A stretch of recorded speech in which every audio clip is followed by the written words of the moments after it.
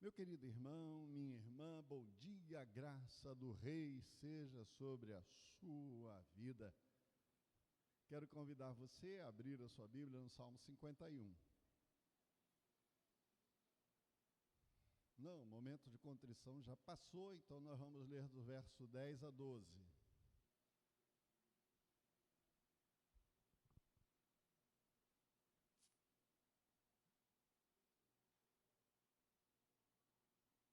Eu também vou pedir a você para não fechar a sua Bíblia.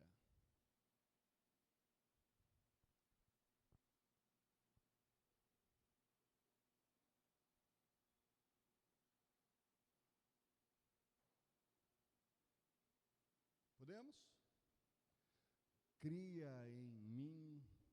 Vamos juntos? Cria em mim, ó Deus, um coração puro e renova dentro de mim um espírito inabalável. Não me repulses da tua presença, nem me retires o teu Santo Espírito. Restitui-me a alegria da tua salvação e sustenta-me com espírito voluntário. Deus, obrigado por tua palavra viva, poderosa e eficaz. Fala conosco, Senhor.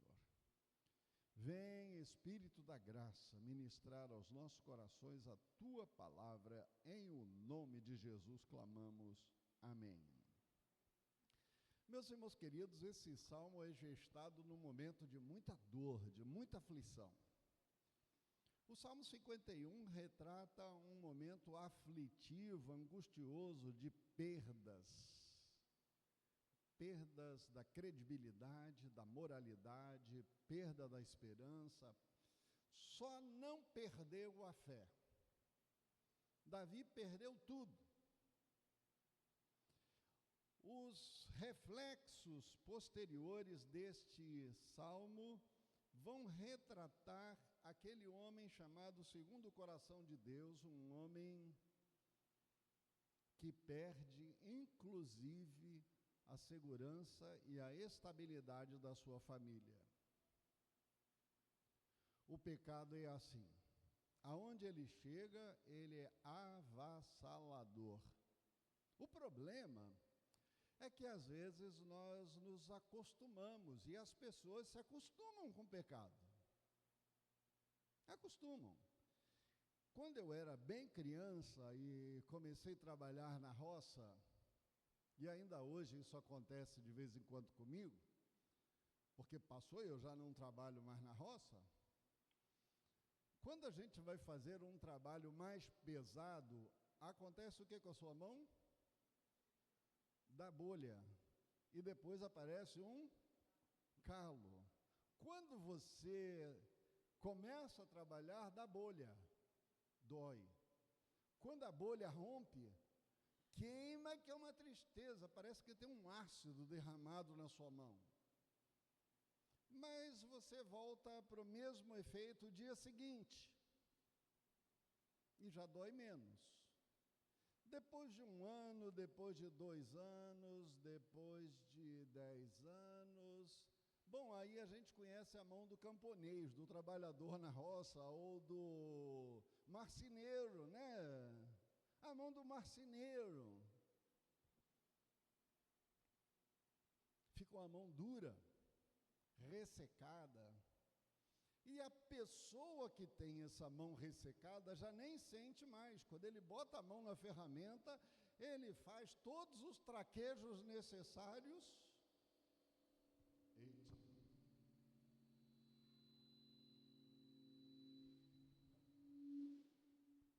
Ele faz todos os traquejos necessários sem doer a mão. Você sabe que assim é o pecado? Quando Adão e Eva cometeram o primeiro pecado, eles ficaram apavorados quando eles ouviram a voz de Deus. É igual aquela criancinha, quando a mamãe diz assim, não mexe. Luísa nunca fez isso, quando a mamãe disse, não mexe, Luísa nunca mexeu, né? Você também não. O Luquinhas, então, quando a vovó diz assim, não mexe, Luquinhas não mexe. Não é assim? Que dirá a Pérola? Ei, a Maria, quando a mamãe diz assim, não faça, aí ela não faz, não é assim? Misericórdia. Pois é. A primeira vez você corre, você se esconde, você tenta tratar, você tenta resolver de um jeito, mas depois o pecado vai tomando conta da nossa mente, do nosso coração, que a gente fica igual aquele homem do campo. A mente fica cauterizada.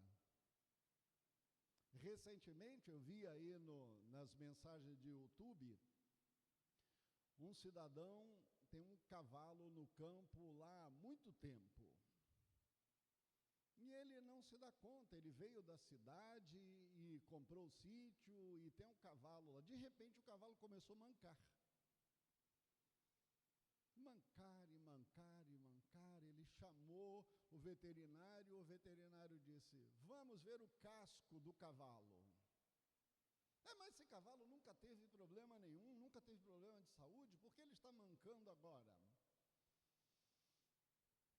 O veterinário pegou o cavalo, trouxe para a cocheira e olhou o casco do cavalo, tem uma ferida no casco do cavalo. Por fora está tudo limpinho, o casco está perfeito, só que o casco está dessa altura. E eu não sei quantos de vocês já viram alguém limpar o casco ou ferrar um cavalo. Mas é bom trazer à memória. Aquele homem pegou a ferramenta própria e começou a cortar aquele calo velho, aquela casca, e foi cortando o casco do cavalo, e foi cortando, até que chegou num lugar que ele descobriu que tinha um preguinho desse tamanho assim, dentro do casco do cavalo. O pecado é assim. Ele toma o coração de susto numa vez, causa medo, causa espanto. Depois a pessoa comete o segundo pecado e vai criando calo. E o terceiro pecado, e o quarto daí para frente ele já não sente mais. Tenho dito algumas vezes que pecado é igual um peixe que a gente pega no rio d'Água Doce, chamado piau. É uma carne tremendamente saborosa. O peixe tem lá no rio todos os elementos que ele precisa.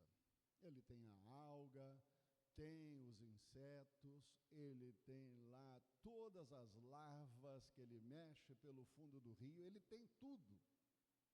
De repente chega algo que brilha nos seus olhos, é diferente, ele nunca viu, não está ali.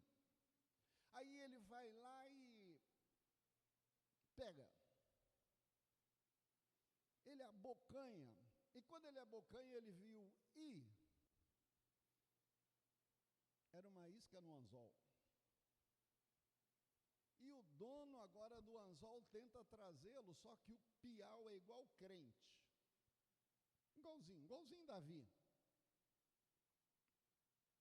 Igualzinho eu. Igualzinho você. Primeira providência do piau é fugir. E se a vara não for boa, se a linha não for forte, ele vai arrebentar a linha e vai embora e vai morrer com o anzol preso na sua boca ou na sua garganta. Assim é o pecador. O crente, quando peca, tem a primeira coisa que ele faz é fugir da igreja. Foge da presença dos crentes. Foge da presença da família. Tenta se esconder dos encontros daqueles que conhecem e sabem, só olhando para ele, dizer assim, olha, irmão, tem alguma coisa errada. Assim, irmãos, é que nós olhamos para o Salmo 51 e vemos Davi surge uma oração de arrependimento no coração deste homem, depois de exortado pelo profeta. Ele cai em si e tem a mais profunda e sincera oração registrada na Bíblia, uma das mais profundas e sinceras orações registradas na Bíblia. Ele abre o coração, ele rasga a sua mente, ele rasga a sua alma e ele se entrega pessoalmente. Mas, nos versículos 10 a 12, nós temos particularmente alguns significados que encapsulam o profundo anseio de Davi por uma renovação, por uma restauração, por uma renovação de alegria, mas ele não quer uma alegria de fazer festa, ele quer uma alegria que inunde a alma, ele quer uma alegria que venha do mais profundo, uma alegria que transforme, que lave a sua alma. Por isso ele diz: cria em mim, ó Deus, um coração puro. Quando o profeta Natã confronta Davi, ele foi atingido pelo peso do pecado. E esse é um dos problemas que nós enfrentamos na nossa sociedade. As pessoas acham que o pecado não tem nada a ver. As pessoas acham que o pecado é alguma coisa de somenos, que não vai fazer diferença. Afinal de contas, eu sou um eleito de Deus, eu sou um predestinado, eu vou morar no céu, já está tudo acertado por causa da cruz de Cristo, mas eu posso viver agora a minha vida. Não pode.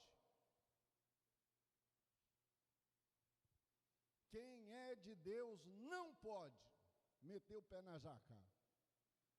Tem que andar no caminho. Quem é de Deus tem que andar em retidão. Quem é de Deus precisa andar em sintonia com a palavra de Deus. Jesus disse para os seus discípulos: para que vejam as vossas boas obras e glorifiquem ao nosso Pai Celeste. E Davi vai aplicar isso aqui no final do Salmo, quando ele diz assim: Senhor, me prepara para eu ser útil para a tua glória. Se no contexto anterior dos versículos lidos, Davi tem a sua confissão, no contexto posterior, Davi diz assim: Senhor, se o Senhor me der isso, eu estarei pronto para fazer a tua obra, aconteça o que acontecer. E hoje, ao celebrarmos o 3º ano da nossa SAF, nós lembramos com alegria essa chamada: Senhor, faz-me viver em alegria. Eu me conheço, eu sei quem eu sou, eu sei o mais íntimo da minha alma.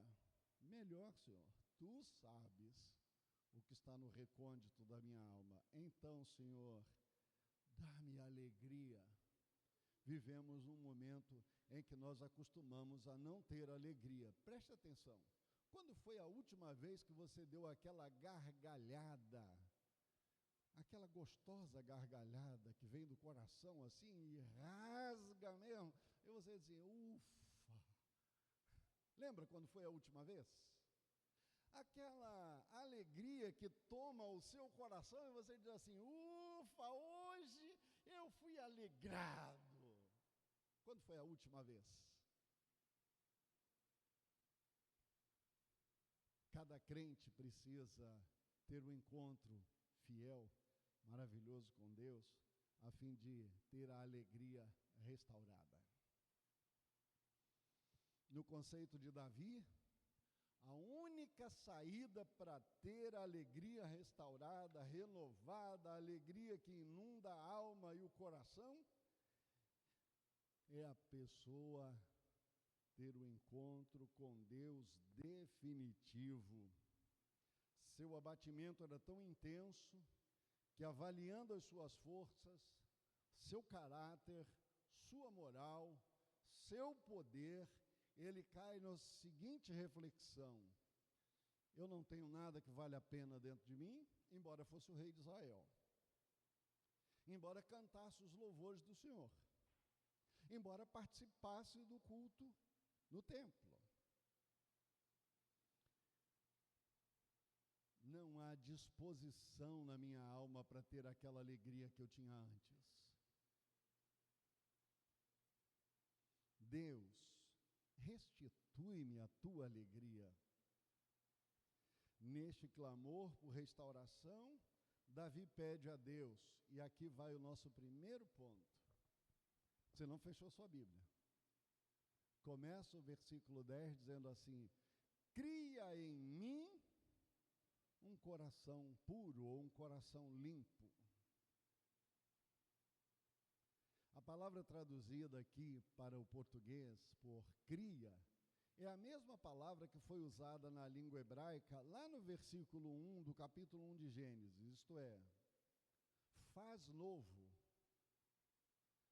Só o Senhor pode fazer novo, porque esse coração aqui não adianta renovar. Esse coração aqui não adianta restaurar. Não adianta fazer remendo nesse coração. Senhor, arranca esse coração conforme o Senhor prometeu. Arranca esse coração, Deus, e faz um coração novo. Eu preciso de um coração novo. Esse coração aqui já está corrompido com todas as coisas que eu aprendi desde a minha infância. Esse coração aqui já está corrompido com todas as coisas que eu venho praticando, com todos os conceitos que eu fui criando, com todos os conceitos apreendidos, mas agora, Senhor, eu quero jogar fora esse coração, porque ele está podre.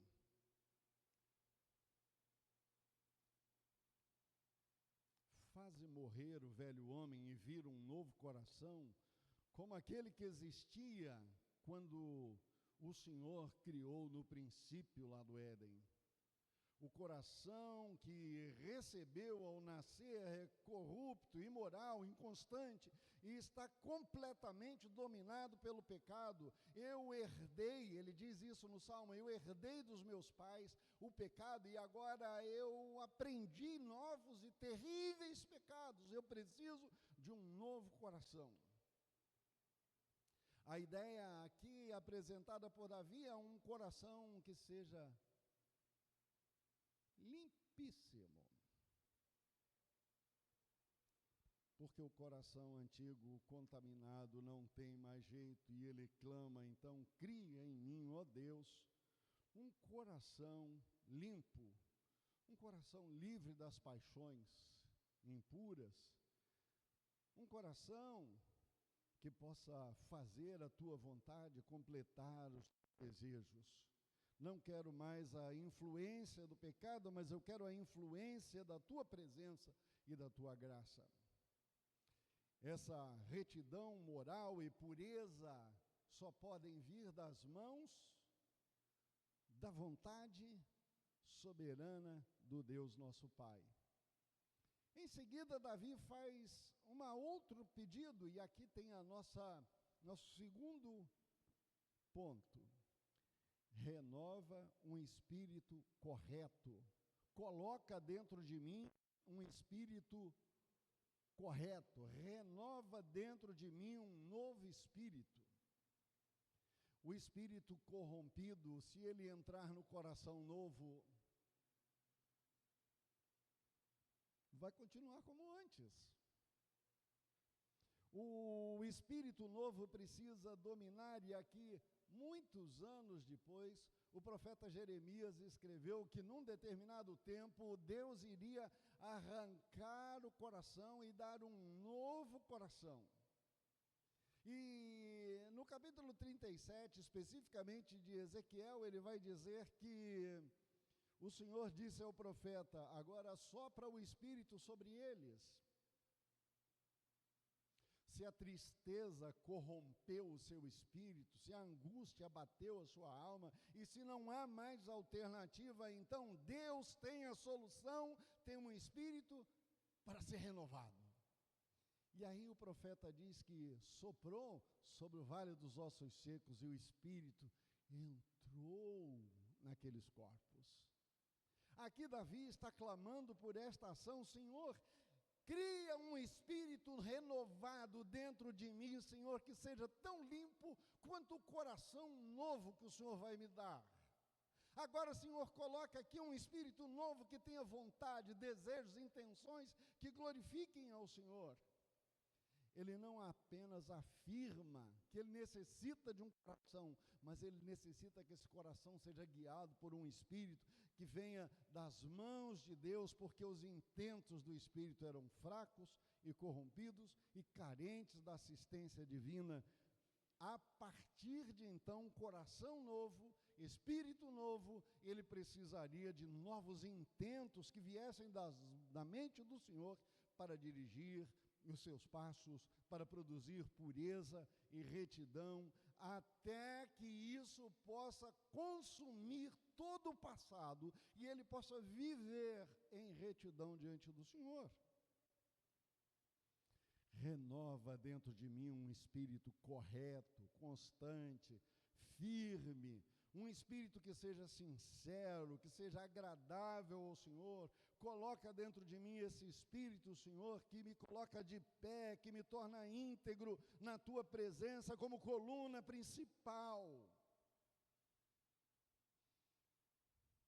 E em seguida, ele pede que o Senhor não deixe o Espírito Santo se afastar dele. Quero lembrar então uma doutrina muito importante do Antigo Testamento. No Antigo Testamento, o Espírito Santo não ficava com os crentes. O Espírito Santo vinha de vez em quando, talvez por isso ainda hoje nós ouçamos nas nossas igrejas orações assim: Senhor, envia o teu Espírito.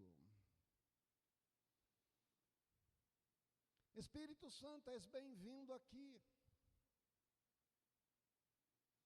Espírito Santo, vai na casa da minha irmã.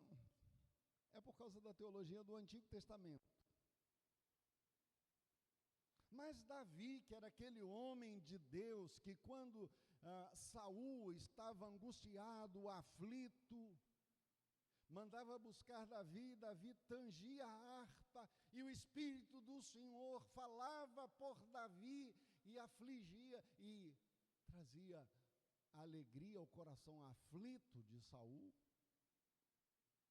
Ele sabia que Saul tinha perdido a unção do Espírito Santo, que agora Davi era o rei de Israel, mas Saul era o rei de Israel, mas que Saul não tinha o Espírito de Deus para governar Israel. Então ele clama de Senhor, como o Senhor tirou de Saul, não tire de mim. Não tire de mim, Senhor, o teu Espírito Santo. Lembra? Isso é teologia do Antigo Testamento. Por isso é que no Novo Testamento, quando Jesus trata deste assunto, ele diz: e eu vos darei o Espírito Santo para que esteja para sempre convosco. João 14:16. Eu rogarei ao Pai e Ele lhes dará um outro Consolador para que esteja para sempre convosco. Renova dentro de mim este Espírito, Senhor, este Espírito de graça, um coração novo, com um Espírito novo, guiado pelo Espírito Santo. Todos os desejos glorificarão a Deus, todas as minhas vontades se voltarão para Deus e todas as coisas ruins serão deixadas para trás.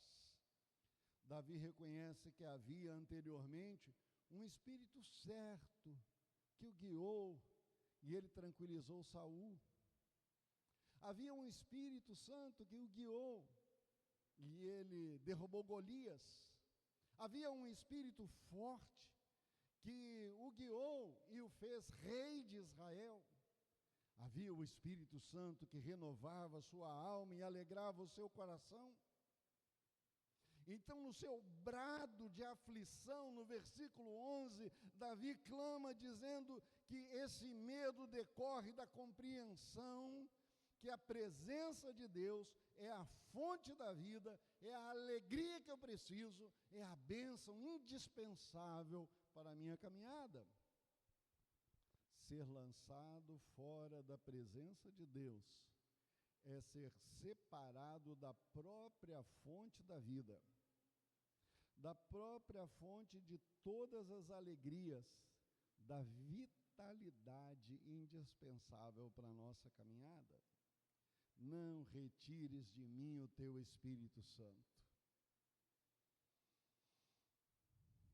O pedido de Saul reflete uma consciência de que a presença do Espírito Santo é indispensável na caminhada daquele que conhece a Deus. Ele reconhece que o Espírito Santo é a presença contagiadora do próprio Deus dirigindo a sua história. E sem o Espírito Santo ele é impotente, ele é vulnerável e não tem condição de resistir ao pecado, ao dolo e ao mal. Por isso é que quando nós lemos em Mateus, no capítulo 5, versículo 8, Jesus diz: bem-aventurados puros de coração. Por quê? Eles verão a Deus. Puro de coração, de espírito novo, guiado pelo Espírito Santo, alegria renovada, novo coração. Agora, Davi tem um novo pedido, que vai aparecer aí, logo em seguida, quando ele diz assim, no versículo 12, sustenta-me com espírito voluntário. Terceiro ponto, sustenta-me com espírito voluntário. Davi conclui esta sessão com um pedido, um novo pedido. Primeiro pedido, qual foi? Dá-me um novo coração, cria em mim um novo coração. Segundo pedido, renova um espírito inabalável. Terceiro pedido, sustenta-me com um espírito voluntário. Quem é de Deus não retém. Quem é de Deus não para. Quem é de Deus, seja novo ou velho, não tem tempo para descansar. Me lembro de meu saudoso avô, acordando mesmo já aos 90 anos, entre 5 e 6 horas, estava de pé. E a gente brincava: avô, vai dormir um cadinho mais. Assim, não, vou ter muito tempo para descansar depois que eu morrer. Aqui não é lugar de descansar, aqui é lugar de trabalho. O meu avô tinha uma preocupação de o trabalho de Deus precisa ser feito de manhã, meio-dia, de tarde, de noite, até a hora de dormir. Não dá para parar. Encontrei com o reverendo Antônio Elias, também já de saudosa memória. 94 anos foi o nosso último encontro. E no encontro de pastores, quando as pessoas dizem assim: pastor, quantas vezes o senhor prega por mês? Ele: não sei. Quantas vezes o senhor prega por semana? Não sei. Por que o senhor não sabe? Eu não sei, porque aonde eu chegar, que alguém me convidar para falar alguma coisa, aí eu prego o evangelho. Como assim, pastor? Não, meu filho, é assim, eu acordo cedo, leio a Bíblia, me preparo. Deus enche a minha alma, o meu coração de graça. E quando eu chego num lugar e alguém me pergunta alguma coisa, eu respondo com a palavra de Deus. E aí a pessoa pergunta de novo, e aí eu ministro o evangelho. Renova em mim, Senhor, a tua alegria, restaura, Senhor, em mim a alegria, faz-me viver em alegria, Senhor.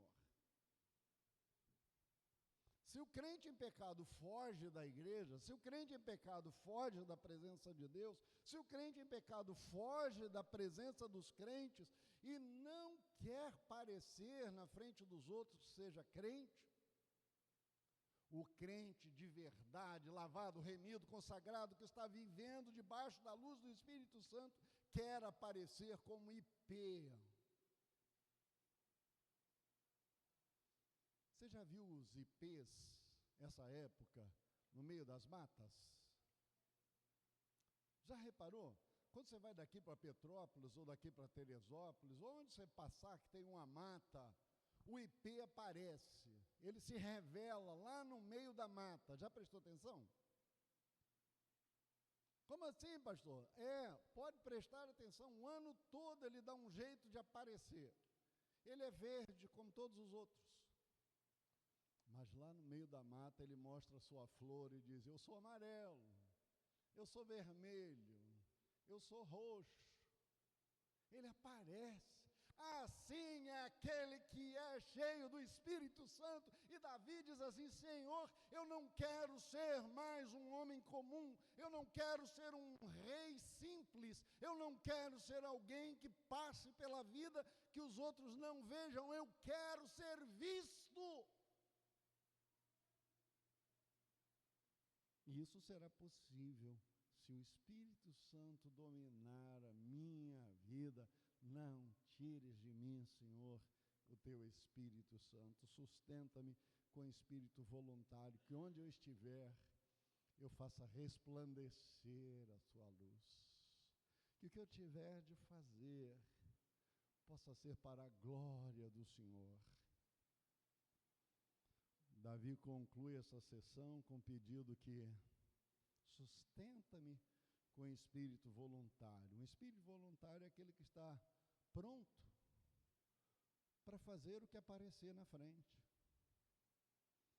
Está pronto para obedecer a Deus em toda e qualquer situação. Davi reconhece que não pode sustentar a sua vida por conta própria. Ele precisa da ajuda de Deus para permanecer fiel e obediente, mas se o Senhor sustentar, ele vai ser uma bênção no caminho de outros. Jesus dá uma lição interessante no Novo Testamento sobre isso. Ele diz para os seus discípulos: vós sois o sal da terra. Você já comeu peixe sem sal? Já comeu peixe sem sal? Já? Arroz sem sal? Um feijãozinho sem sal. Deve ser uma delícia, não? Aquela pizza, Valquinaer, sem sal. Como é que fica? Por que Jesus disse que nós somos o sal da terra? Porque a conservar a oração de Davi, nós precisamos entender que temos de ter um espírito voluntário para servir ao Senhor. Servir ao Senhor com espírito voluntário. Quem recebe um novo coração, recebe um novo espírito, tem a manutenção desse espírito pelo Espírito Santo, é alguém que vai viver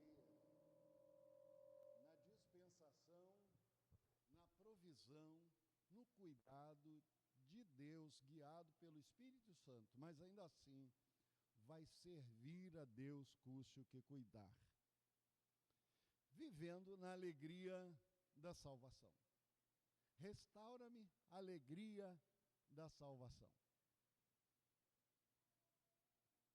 Versículo 12, Davi pede a restauração da alegria da salvação que Deus dá. Veja, ele não perdeu a salvação. Pode ler o versículo 12 de novo. Há por aí algumas igrejas anunciando que de manhã eu estou salvo e de noite eu estou no inferno. No dia seguinte, de manhã eu estou no inferno e de noite eu estou no céu. Depende da intenção do meu coração.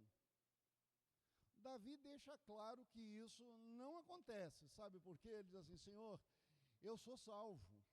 Eu perdi a alegria da salvação. O pecado faz isso. O pecado tira a alegria da salvação. O pecado afasta o marido da mulher, afasta os filhos dos pais, afasta os crentes da igreja, o pecado. E às vezes se torna tão grotesco que se torna insensível. Cuidado com o pecado. Restaura, Senhor, a alegria da minha salvação, vivendo em alegria. A alegria que vem de saber que os pecados foram perdoados. Que esse coração novo é um coração remido, é um coração cheio da graça de Deus. Que esse espírito novo é guiado, instruído, dirigido pela unção do próprio Espírito Santo. Com esse pedido, entendemos que a verdadeira alegria vem de um relacionamento correto com Deus. Você mantém um relacionamento correto com Deus?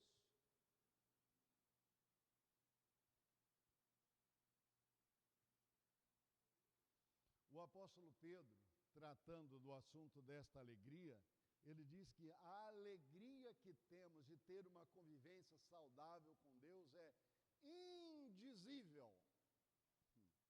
Algumas palavras em português são complicadas, né?